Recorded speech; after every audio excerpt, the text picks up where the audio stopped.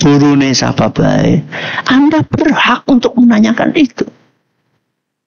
Kalau ada orang posting sesuatu di grup tentang ilmu agama, apalagi tanya, sumbernya mana? Kopas. Apa kopas? Copy paste. Luki landasannya Qur'annya ayat surat apa, ayat berapa, haditsnya sahih apa tidak. Jangan punya hak untuk menanyakan itu. Ini urusan agama. Kalau ternyata nggak jelas, apa yang dilakukan? Tinggalin. Maaf. Kepala kita bukan tong sampah. Nggak semua dimasukkan. Apalagi urusan agama. Ini yang pertama. Dari mana? Terus yang kedua adalah orang yang menyampaikan ini, saat menyampaikannya, jangan perhatikan. Orangnya kredibel enggak? Ketika dia menyampaikan sebuah ajaran, apakah dia itu konsisten dengan ajaran tersebut? Apakah dia dikenal sebagai sosok yang plan atau tidak? Suka menyembunyikan sebuah ilmu atau tidak? Jangan perhatikan itu. Kalau salah satu dari dua hal ini ternyata tidak terpenuhi, proses dia mendapatkan ilmu nggak jelas, proses dia menyampaikan ilmu juga diragukan, tinggalin. Jadi Rasul SAW sosok yang sempurna. Oke. Tadi saya sudah berjanji bahwa Nabi SAW itu bukan orang yang pelit. Ya, bukan orang yang pelit. Berarti kebalikannya beliau adalah dermawan. Dermawan dalam apa? Di dalam berbagi harta atau berbagi ilmu? Nabi SAW dermawan dalam membagi-bagi harta atau dermawan dalam mengajarkan ilmu? Dua-duanya. Dua-duanya. Jangan tanya kedermawanan beliau dalam berbagi harta. Bung Nabi SAW itu pernah ada seorang Arab Badui datang. Saat itu Rasulullah SAW dapat harta rampasan perang. Dia minta 1 ekor kambing. Pinten? 1. Siji tok. Wahai Rasul, saya minta 1. Apa kata beliau? Kamu lihat ini nih. Lembah ini. Apa isinya? Ambil semuanya.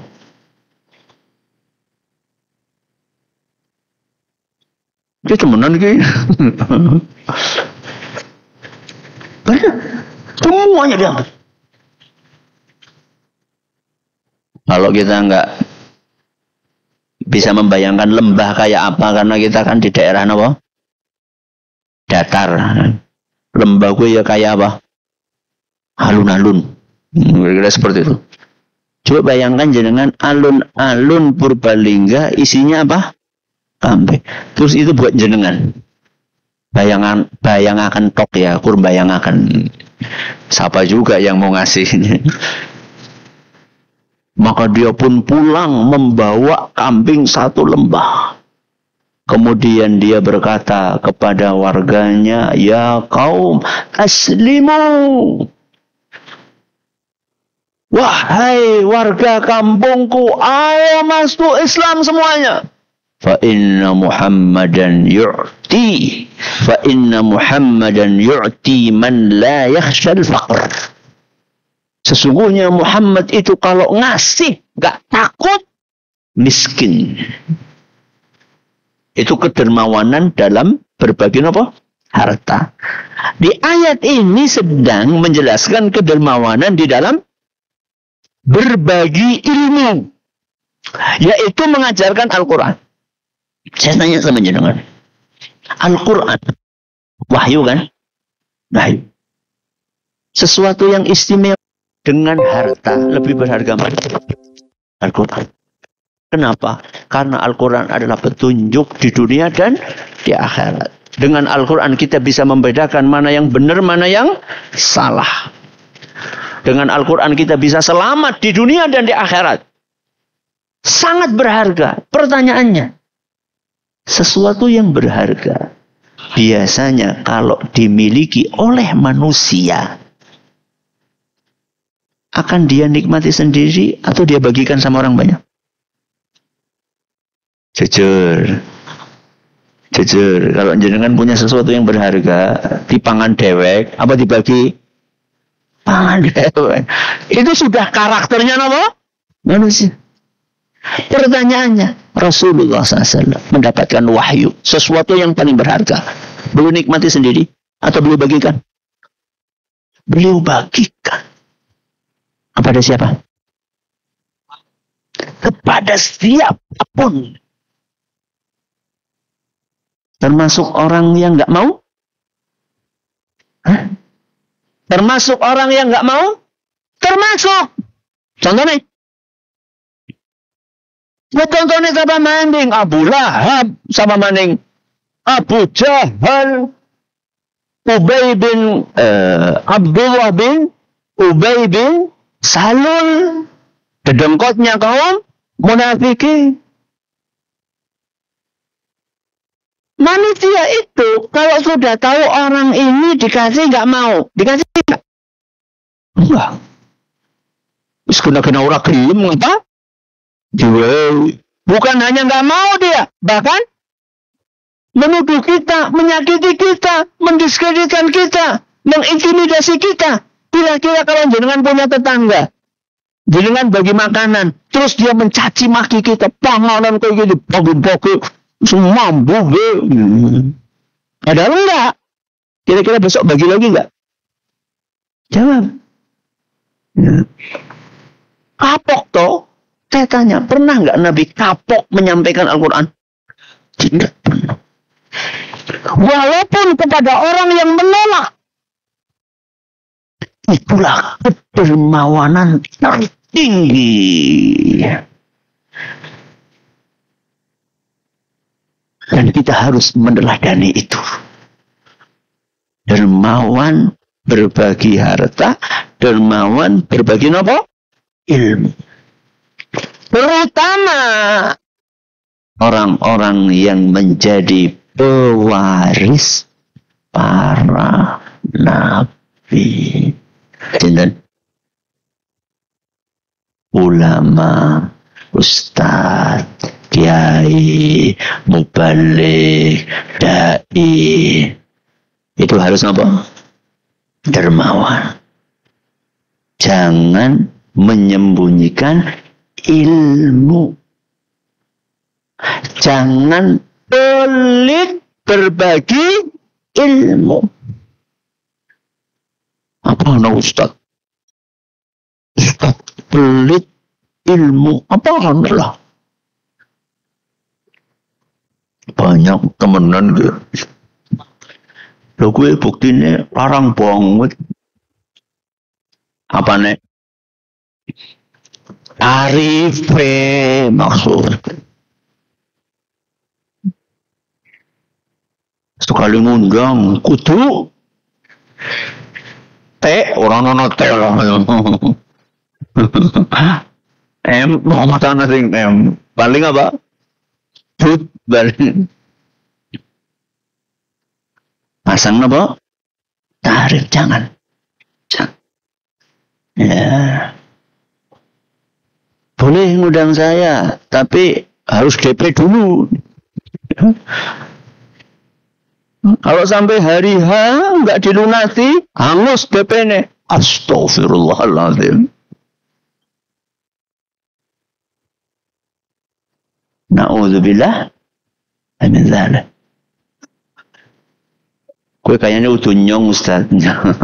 Ya hati-hati jenengan. Belum tentu juga nanti kita akan selamat dari karakter seperti itu.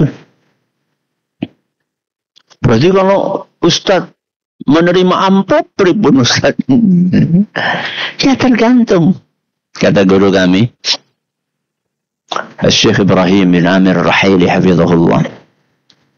Jadi bedakan antara orang ngajar untuk ngambil dengan ngambil untuk ngajar. Yu'allim liya'khudh atau ya'khudh liyu'allim.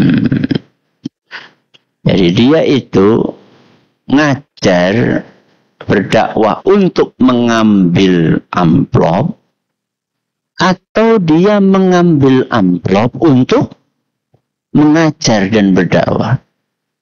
Pada atau beda? Bedanya apa? Bedanya gini ngarep gini buri, bukan kayak gitu. Bedanya adalah gini. Orang berdakwah untuk mengambil keuntungan duniawi. Salah atau benar? Salah. Berarti dakwahnya tidak ikhlas. Jadi tujuan dia dakwah supaya dapat amplop. Sehingga kalau dia tahu ada sebuah tempat yang ngundang orang anak amplope atau amplope tipis, dia nggak mau. Ini nggak boleh. Ini berarti dakwah untuk mengambil amplop, keuntungan duniawi. Kebalikannya apa? Dia mengambil amplop supaya bisa dakwah. Maksudnya kepriwe Ustaz? Biar dia bisa mengajar dan ada waktu untuk mengajar tanpa mengabaikan anak dan istrinya. Dia perlu apa? Dapat duit. Saya tanya sama jenengan, kiai mubalik, ustadz, dai, punya anak istri nggak? Punya. Punya kewajiban untuk menafkahi mereka tidak? Punya. Nah kalau waktunya habis buat ngisi pengajian, nggak ada waktu untuk bekerja, terus dia menafkahi anak istrinya pakai apa? Anggo gie, mau kertas. Pakai apa? Kalau dia, wah, anak bojoku jaluki ora bisa, anakku golek susuran, anak beras entong. Wis mandek bae pensiun, golek apa? Dakwah wis pahal bae. Akhirnya enggak jadi apa? Dakwah. Siapa yang rugi? Umat.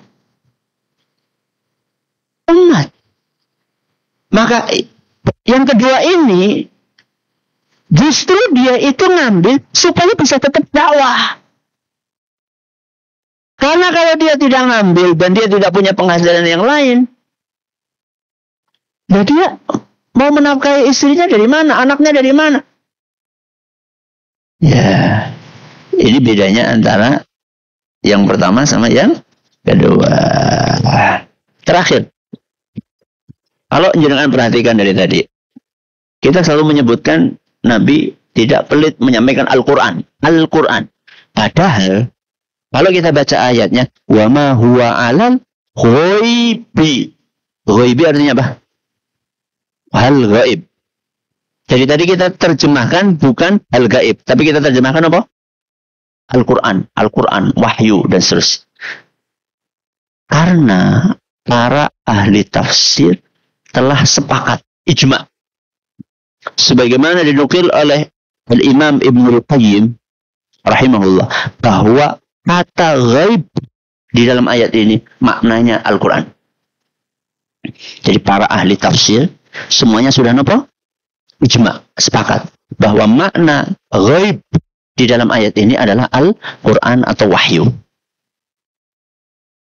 Kenapa kok Al-Quran dinamakan ghaib? Karena salah satu isi Al-Quran yang sangat banyak adalah apa? Hal-hal gaib. Contohnya, surga. Contohnya, neraka. Contohnya, hisab. Kejadian hari kiamat. Itu gaib atau bukan? Itu gaib. Makanya di dalam ayat ini, Allah Azza wa Jalla menamai Al-Quran dengan ghaib. Semoga apa yang kita pelajari bermanfaat bagi kita semuanya. Terima kasih atas perhatiannya. Mohon maaf atas segala kekurangannya. Kita akhiri dengan doa kafaratul majelis. Subhanakallahumma bihamdika asyhadu an la ilaha illa anta astaghfiruka wa atubu ilaik. Assalamualaikum warahmatullahi wabarakatuh. Anda seorang pelajar